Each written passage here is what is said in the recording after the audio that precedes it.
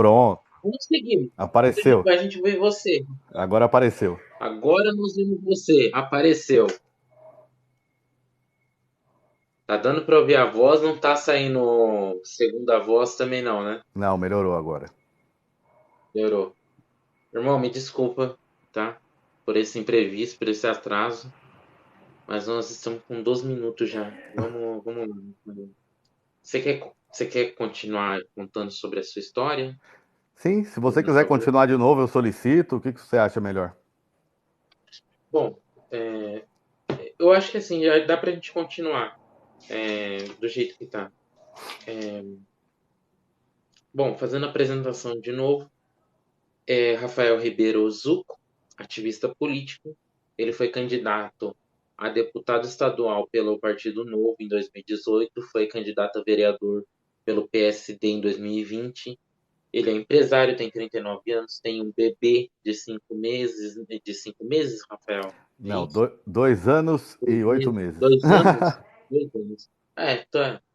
Então, que Deus abençoe antes de mais Amém, nada. amém. Rafael, então vamos lá. Como que a política ela entrou na sua vida, cara? Antes de mais Bom, nada. para início, eu nunca imaginei que eu faria parte da política.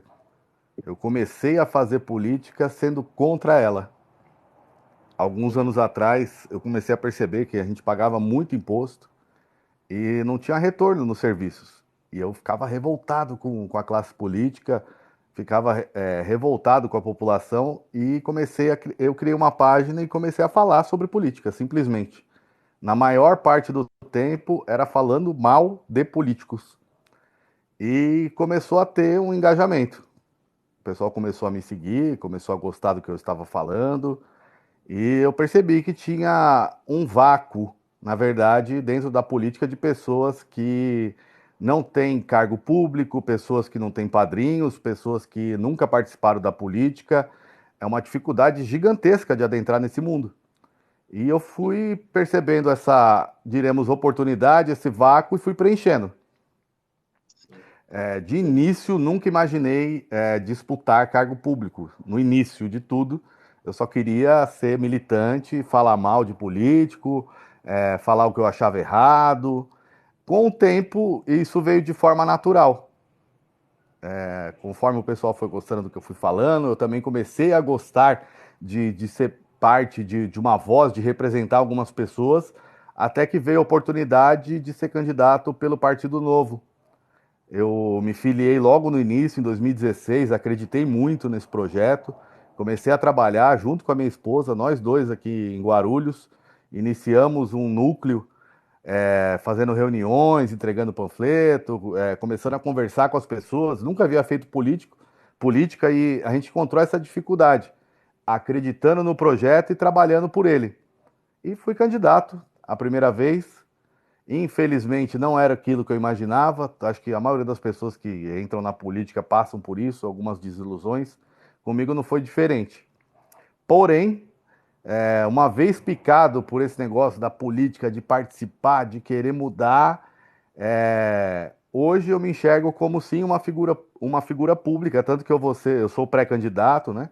Se Deus quiser, serei candidato. Por enquanto, sou pré-candidato pelo PL, no partido do presidente Bolsonaro. E é isso, cara. Eu até convido quem estiver assistindo, convido a você, Gabriel, que você já está fazendo política também. Política não é só ser candidato, né? A mesma maneira que eu também. Eu tenho já projetos discutidos no Senado Federal, mesmo enquanto cidadão, mesmo sem ocupar cargo público, eu já estou fazendo política, da mesma maneira que você está, nós estamos fazendo aqui. Eu convido as sim, pessoas a participarem mais ativamente, porque o que falta hoje no nosso país são pessoas engajadas, pessoas interessadas, pessoas que sabem o que está acontecendo, sabem a diferença de um legislativo para um executivo, saber o que se passa na LESP, que é a Assembleia Legislativa do Estado de São Paulo, na Câmara de Vereadores, no Congresso Nacional. E, infelizmente, as pessoas do nosso país, elas não sabem o que acontece, não sabem o poder que tem e acabam elegendo os mesmos políticos de sempre, repetindo os mesmos erros. Eu acho que Nós precisamos de pessoas que estão fora da política, adentrando nela, ocupando espaços. E eu estou tentando fazer minha parte. Sim. Quando mais jovem, você se preocupava com a política? Não. Odiava, Não? detestava e achava que todo mundo que participava era ladrão. Sim. Não procurava entender, não saber, a não ser como a maioria das pessoas naquele período eleitoral, faltando um mês para as eleições, começar a acompanhar um pouco mais. Eu gostava de ver debates, porque eu achava aquilo curioso, um candidato mentindo para o outro e um não falando a verdade para o outro, eu ficava meio que revoltado. Eu falava, meu Deus, se eu estivesse lá naquele lugar seria diferente, eu faria diferente. Tirando esse interesse, não. Só xingava mesmo, achava ruim, principalmente não ter representatividade, né? Os candidatos que hoje não é diferente, antigamente não era diferente, são apenas caciques partidários que têm a chance de aparecer. Sim. O que a sua família pensou sobre a sua ideia da primeira vez que você foi candidato a deputado estadual? A minha família foi primeiramente, me apoiou, todo mundo me apoiou sempre, minha mãe, meu pai, alguns amigos, porém todos falavam a mesma coisa, que eu ia quebrar a cara, que não era para me meter nisso, que era perda de tempo, que não ia mudar nada, ao mesmo tempo que me apoiavam também desacreditado. Então a sua própria família desacredita na política, assim como eu também era um cara desacreditado. E eu consigo compreender. Agora a gente vai pro bloco 2, Daniel. É Rafael, É, você tá confundindo o meu nome. perdão. Rafael. Rafael, é, o que levou você a ser pré-candidato a qualquer cargo? A gente sabe que você teve essa, essa sementinha começou a ser plantada em você lá em 2018. Por você ver essas contas que a gente paga absurdas que a gente paga para o Estado, você se revoltou. Mas teve algo mais que assim que te motivou a ir além, né, disso? Foi a revolta. Foi achar que faltavam atores políticos que fizessem o que eu fiz. Eu queria um político como eu. E como não existia, eu estou me tornando um. Eu enviei Sim, projetos ao Senado, eu trabalhei antes de ser eleito, porque eu sempre imaginei que o político ele tem que fazer antes de entrar. Porque sim, promessa vazia, promessa rasa é muito fácil fazer. É a coisa mais simples. Aliás, um dos problemas da nossa política também é essa. O eleitor ele espera demais do político, então o político promete demais. O eleitor vota no político, o político não faz nada. Porque ele prometeu demais, o eleitor esperou demais. sim. Então, esse também é um dos problemas da nossa política que eu enxergo hoje. Rafael, quais são os principais pontos que você pretende defender na Lesp? Eu pretendo defender que o dinheiro do pagador de impostos deve ser focado na saúde, educação e segurança. Um deputado estadual não pode fazer milagres, são 94 dentro da Lesp, então você imagina que você tem que convencer outros 93, não 93, mas pelo menos a maioria, para aprovar algum tipo de projeto. E o que eu quero levar para a Lesp ser um ator político em favor do liberalismo econômico, em favor da direita, e também ser um parlamentar, que significa falar, ser uma voz que represente a vontade daqueles que me acompanham. E eu sei que tem bastante gente, inclusive, que não vota em mim, mas me acompanha e concorda com o que eu falo. Eu acho que na política também isso é de extrema importância. Você marcar posição, você falar a respeito de um tema, levar ao conhecimento público o que está acontecendo. Uma das minhas principais funções, minha principal função que eu enxergo seria legislar a favor da saúde, educação e segurança, para que os recursos públicos sejam realmente investidos nessa área. E em caso da vitória do nosso governador pré-candidato, o Tarcísio Gomes de Freitas, Tarcísio. trabalhar junto com ele, com projetos que ajudem o governo, caso não seja ele o eleito, que a gente não sabe, fiscalizar o executivo, que é uma das principais prerrogativas de um deputado. É fiscalização. Legislação, fiscalização e parlamentar quer falar. Então, é o que eu posso prometer. E muito trabalho. Rafael, como que você vê hoje a Alesp, a nossa Assembleia? Hoje eu enxergo que ela não figura como uma das coisas mais importantes dentro do estado de São Paulo. Eu faço parte da política e conheço poucos deputados estaduais. Não sei o que fazem, não sei o que estão fazendo. A gente sabe apenas os projetos principais que são aprovados, que entram em voga. Porém, eu vejo que a maioria dos deputados estaduais fazem apenas trabalho durante campanha. Agora eles vão aparecer, tirando É, raras agora, exceções. Tirando agora algumas vai ter que. exceções, Sim, tirando as sessões é que ele vai brotar a do maioria universo. são deputados que apenas aparecem, pegam dinheiro de fundo eleitoral, dinheiro de corrupção, obviamente tem as exceções, e que apenas aparecem agora na época de campanha ou colam em um deputado federal e acabam se elegendo.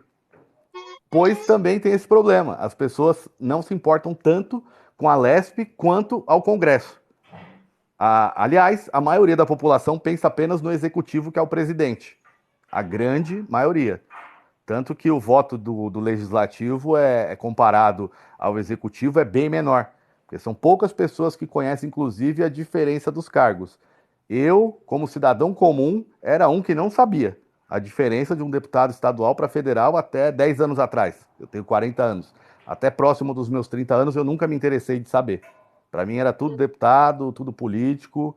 Então, eu acho que falta também uma educação política. Da mesma maneira que a informação não chegou a mim quando eu era mais novo, mais jovem, ela não chega ao cidadão comum. Eu fui buscar a informação. Eu fui estudar a respeito das casas legislativas. Porém, é um tema muito complexo. Eu acho que a gente tem ainda que trabalhar.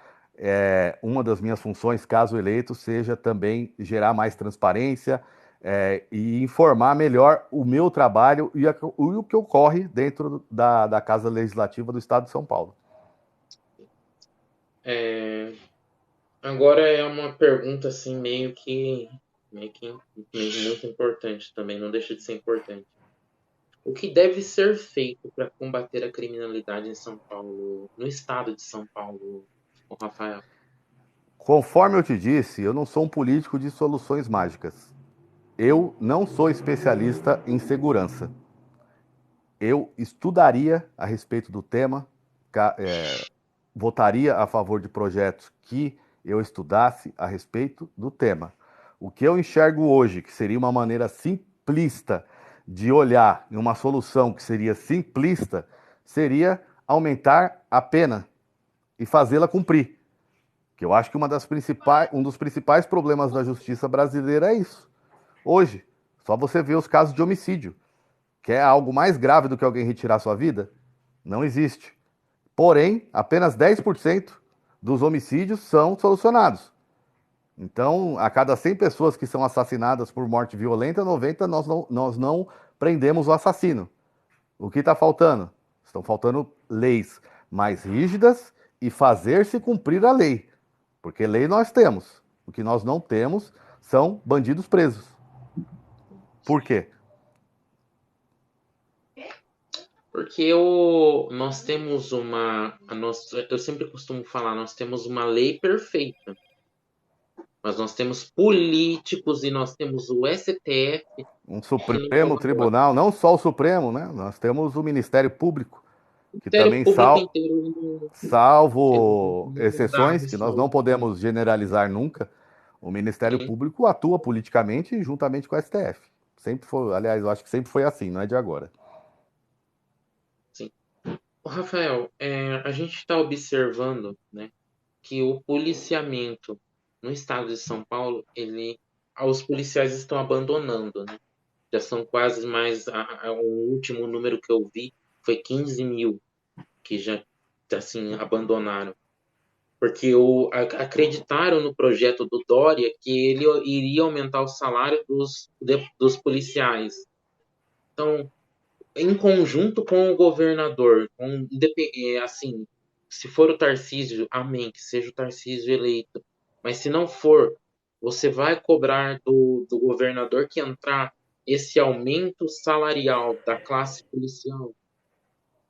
Sim, eu vejo que não só a classe policial, como a de professores, está defasado, principalmente dentro do estado de São Paulo. Nós temos hoje servidores da elite do funcionalismo público, a elite, não estou falando daquele servidor que ganha 2 salários mínimos, 3 salários mínimos e trabalha muito. Estou falando da elite. Pena que nós não podemos retirar os benefícios já conquistados, porque a Constituição não permite, mesmo que um juiz ganhe 300 mil hoje através de brechas da justiça, a gente dificilmente consegue retirar. Uma das minhas funções, eu acredito que espero poder trabalhar com isso, é diminuir o privilégio da elite do funcionalismo público, porque assim sobra mais dinheiro para a base. E quais seriam esses profissionais? Já que eu acredito que o Estado deve focar na saúde, educação e segurança. A polícia faz parte, os professores fazem parte. Então, se o Estado focar em retirar benefícios, privilégios e acabar com a corrupção, que também leva boa parte do dinheiro, sobra mais dinheiro, obviamente, para o que é necessário. E a função fiscalizatória do deputado também inclui isso. Daniel, nós pegamos uma pandemia, né? Nós vimos uma pandemia. Nós vimos o estado de São Paulo ser o campeão em corrupção na gestão Dória. Como você observa isso? Você observa que ter sido investigado, ter uma investigação maior sobre esse caso, sobre os casos que a gente viu, de sendo respiradores que não chegaram, de superfaturamento em compras que foi deflagrado, né? Tanto, mas você acha que deveria ter tido uma investigação maior por parte dos deputados estaduais? Acredito que sim. Eu vi poucos deputados batendo bastante na tecla. Um deles, acho que foi o Douglas Garcia, né? Mas tirando isso, não só ele, alguns também bateram nessa tecla, mas não fizeram o barulho necessário. Dentro dos 94 deputados estaduais, não adianta 2, 3, 4 fazer barulho enquanto 90 estão lá parados. Eu acho que faltou sim fiscalização e a gente sabe como acontece, liberação de emendas, acordos obscuros.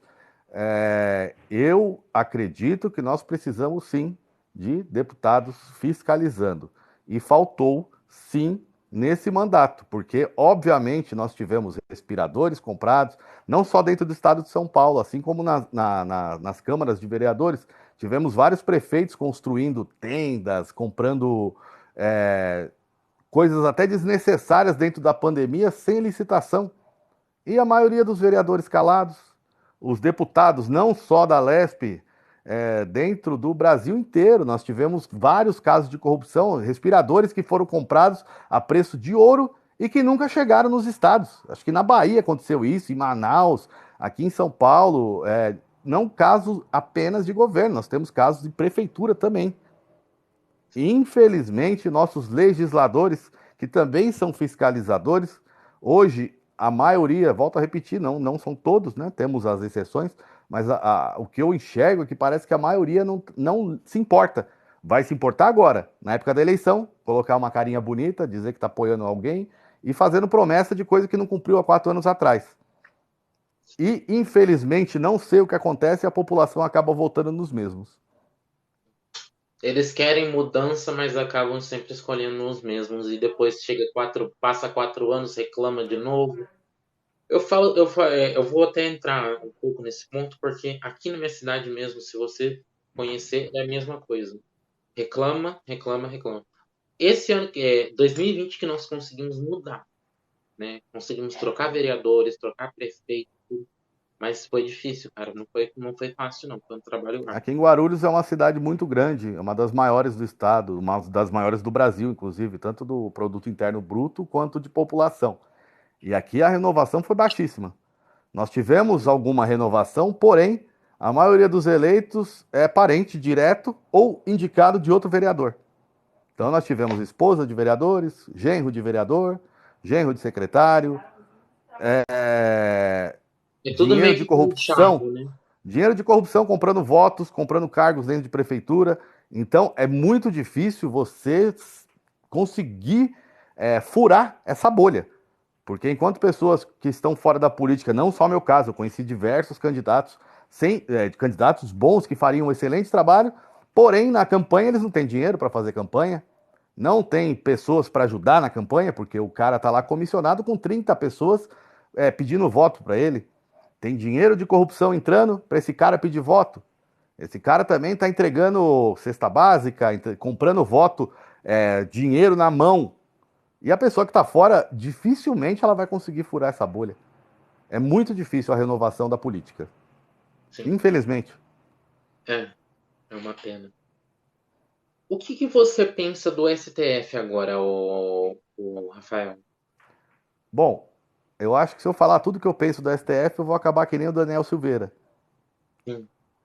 Porém, A gente vai acabar sendo preso pela polícia. Você sabe é, disso. o que eu acho, qual é uma das funções principais do STF, é guardar a nossa Constituição. E o que nós vemos hoje são juízes tomando decisões monocráticas e ditatoriais. Como que nós podemos ter um presidente que abaixa imposto e apenas um único ministro tem o poder de vetar uma redução de impostos? Depois, outro ministro vai fazer palestra e dar opinião política. O ministro, alguém xinga ele de cabeça de ovo, ele vai lá, escreve o processo, manda prender o cara e dá uma multa de R$ 400 mil. Se isso não é ditadura, eu não sei o que seria. Então, o STF hoje é um bando de juiz mimado que está lá para defender apenas o interesse de quem colocou eles. Não estão preocupados com o nosso país, tanto que esse processo do Daniel Silveira é uma vergonha, em todos os casos. Nem vou passar pano para o Daniel também, que para mim ele poderia estar fazendo coisa mais útil do que ficar arrumando briga com o STF, na minha opinião. Porém, o STF torna ainda mais ridículo com essa perseguição, como se o nosso país não tivesse outros problemas. Nós temos diversos assassinos soltos, temos diversos corruptos, governadores, prefeitos, deputados, senadores, todo mundo. E não se vê falar nisso. Se vê uma briga política dentro do Supremo Tribunal Federal. Então você já vê que a nossa justiça não se leva a sério. Eu penso isso do STF. Ele, em vez de estar aqui para guardar a Constituição, garantir que nós sejamos uma nação que cumpre o seu papel judicial corretamente, não. Está aqui para fazer o STF é uma balança, né? Um dos pesos de contrapontos e balanço que tem a nossa democracia, e ele, ao contrário de ser um contrabalanço, ele é um peso que vai ao contrário do que pensa o Poder Executivo hoje, que seria a figura do presidente Bolsonaro. É o que parece, a maioria dos ministros. Sim. Daniel, Daniel não, Rafael. A próxima pergunta, e eu acho que ela é muito importante, ela é válida, mais que nunca. O que que você pensa da obscuridade do TSE por parte do TSE? Bom, também não posso me aprofundar nesse tema, porque eu só ouço falar o que todo mundo ouve falar. Na última eleição, nós vimos que foi se falado na imprensa, inclusive, que tinha uma sala com poucas pessoas que tinham acesso a esse resultado. Também nós vimos que eles recusaram, se eu não me engano, a ajuda do Exército.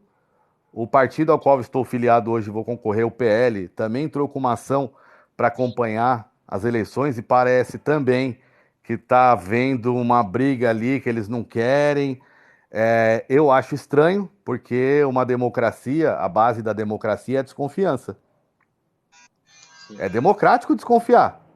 É sim, democrático eu não confiar na urna. É democrático eu não confiar no juiz eleitoral. É democrático eu não confiar no meu adversário.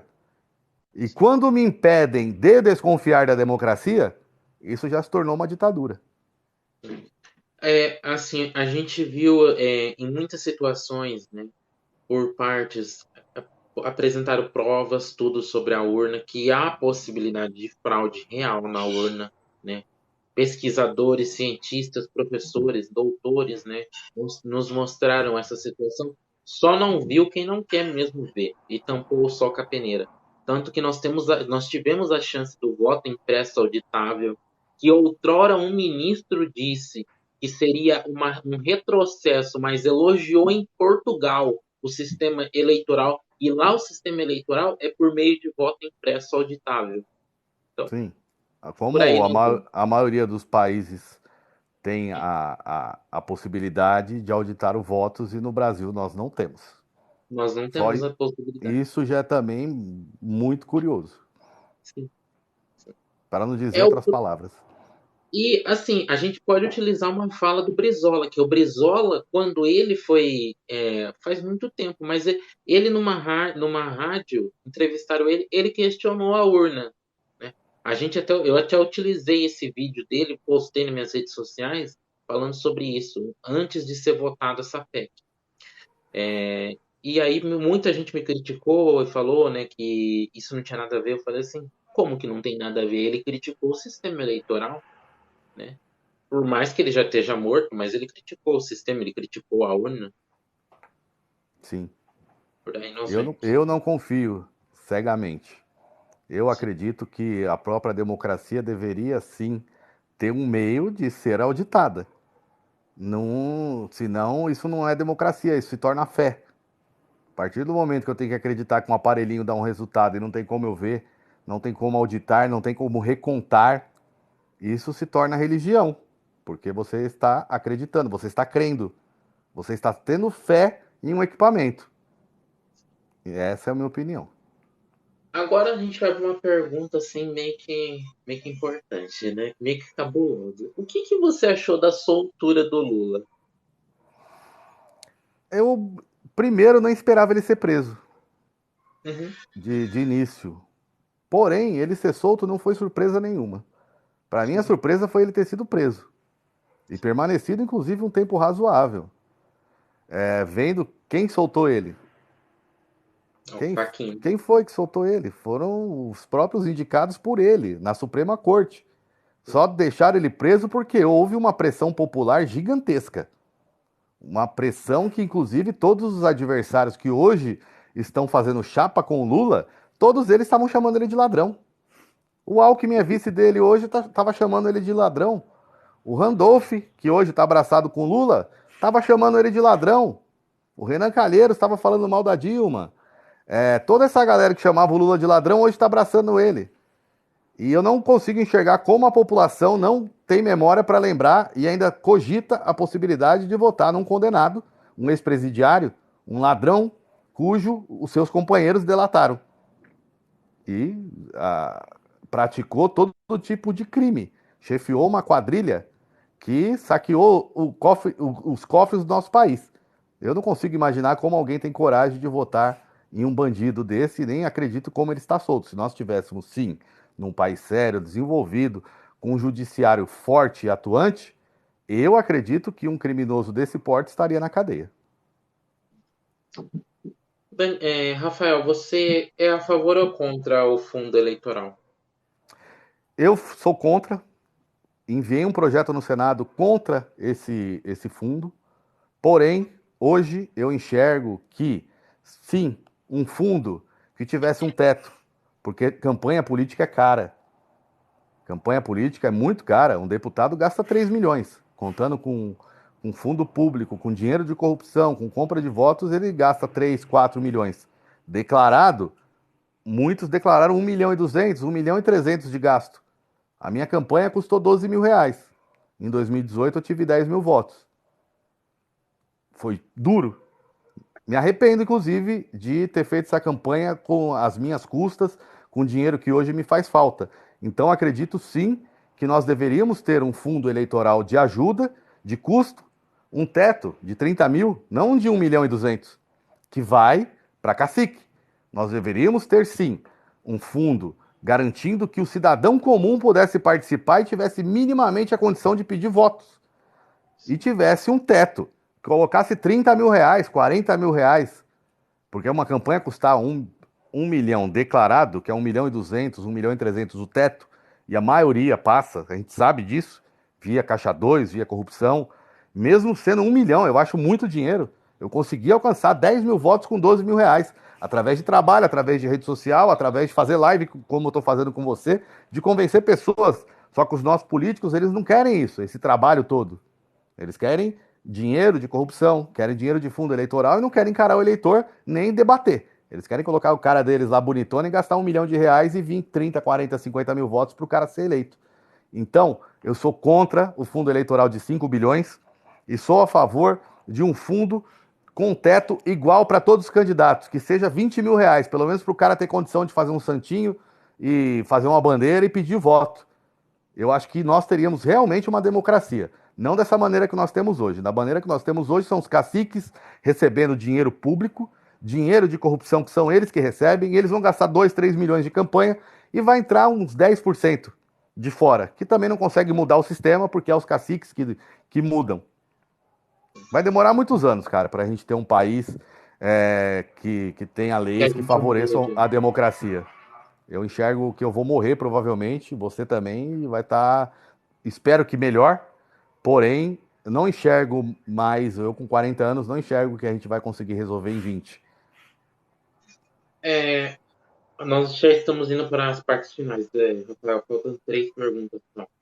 É, agora, você confia nessas pesquisas que estão aparecendo, que indica que o Lula está na frente das pesquisas, mesmo a gente vendo a realidade, que o Lula não consegue juntar mais aquele pessoal de antigamente, né? E aí a gente coloca numa balança o Bolsonaro, que arrasta milhões de pessoas por onde ele passa, ele arrasta milhões. E até no Nordeste, que o povo falava que o Bolsonaro era isso, era aquilo, né, não ganhava, ele está se fortalecendo.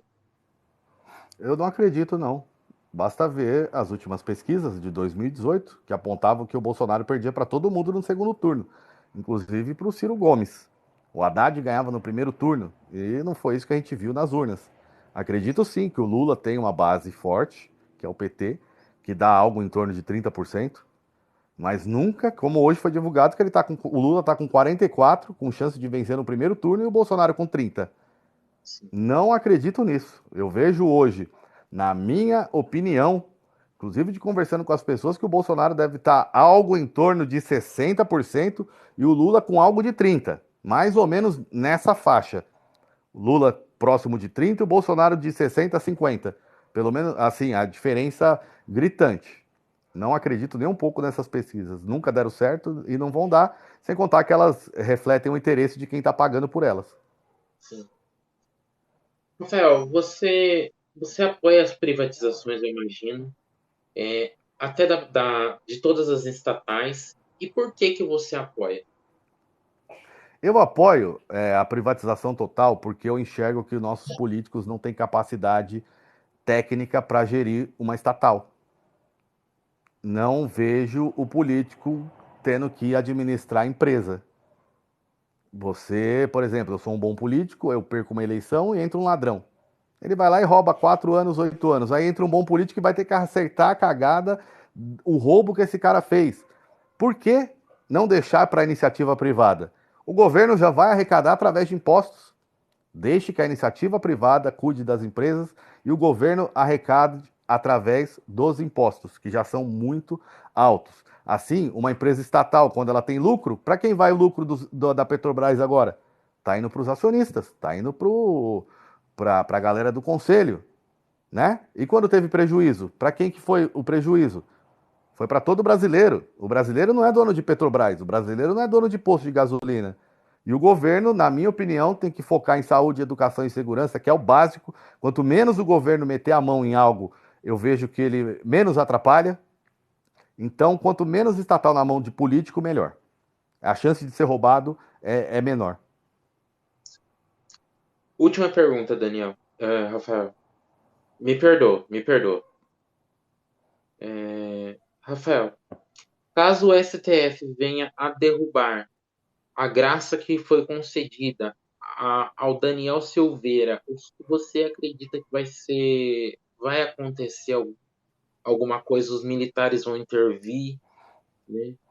porque está se estudando isso. A Rosa Weber está nas mãos dela esse documento de tentar derrubar a graça. Só que, se a gente olhar para trás, o Lula ele concedeu graça a políticos, a Dilma concedeu graças a políticos, e aí a gente pega um vídeo do Alexandre de Moraes falando que o indulto a gente pode gostar ou não gostar, mas é do presidente da República, ele que pode dar ou não.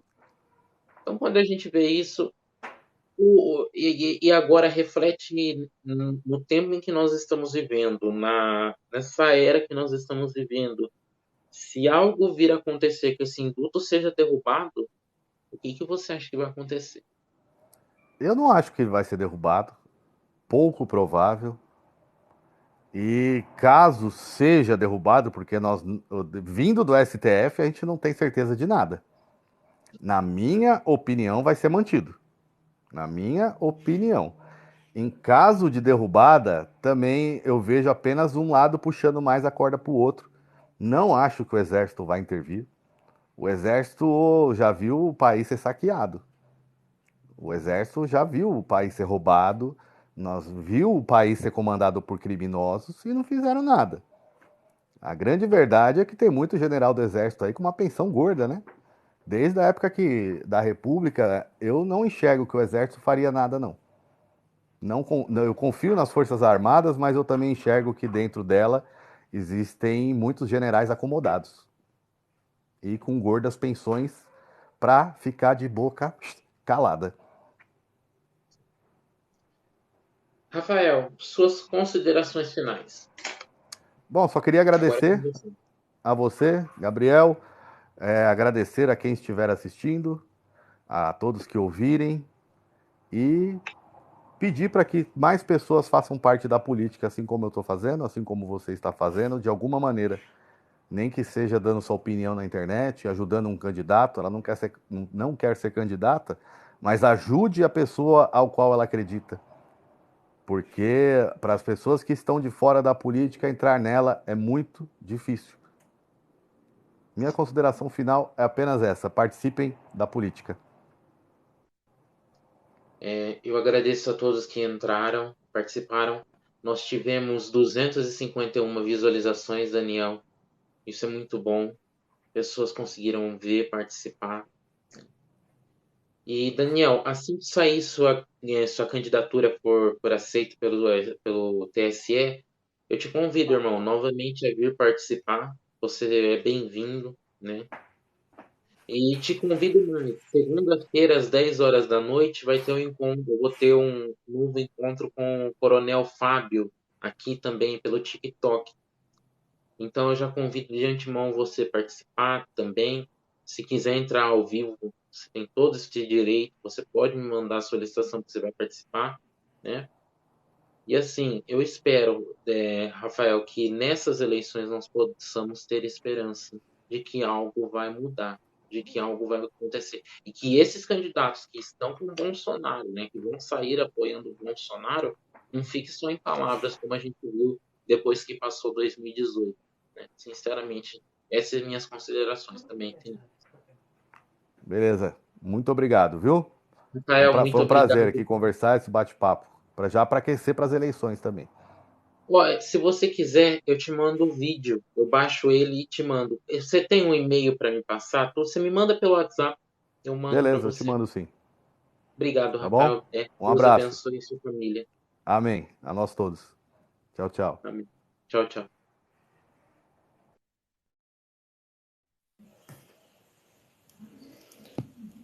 Pessoal, muito obrigado a todos que participaram, né? A todos que estiveram presentes. Muito obrigado. Deixa eu só ver aqui. Quem que é? Bolinha d'água me denunciou 2 vezes. Já até bloqueei. Semana que vem, então, segunda-feira, às 10 horas da noite, nós temos encontro com o Coronel Fábio. Convido a todos novamente, né? O Coronel Fábio ele é o único horário que ele pode ter, é das 20, não é nem 21, é às 21 horas, né? Às 9 horas. Né? E é o horário que eu também posso, porque eu tenho antes disso eu tenho discipulado da igreja. Pessoal, muito, muito bem. Nós tivemos 51 minutos ao vivo, né? Muito obrigado a todos que participaram, muito obrigado a todos que estiveram presente.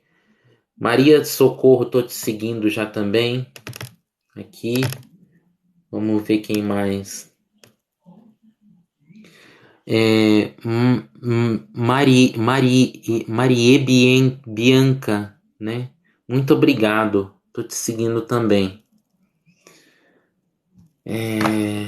Que mais que eu posso agradecer? Eu agradeço a Deus por ter me concedido essa entrevista, né, com o Rafael. Pessoal, eu peço perdão pelo impasse que nós tivemos no começo, né,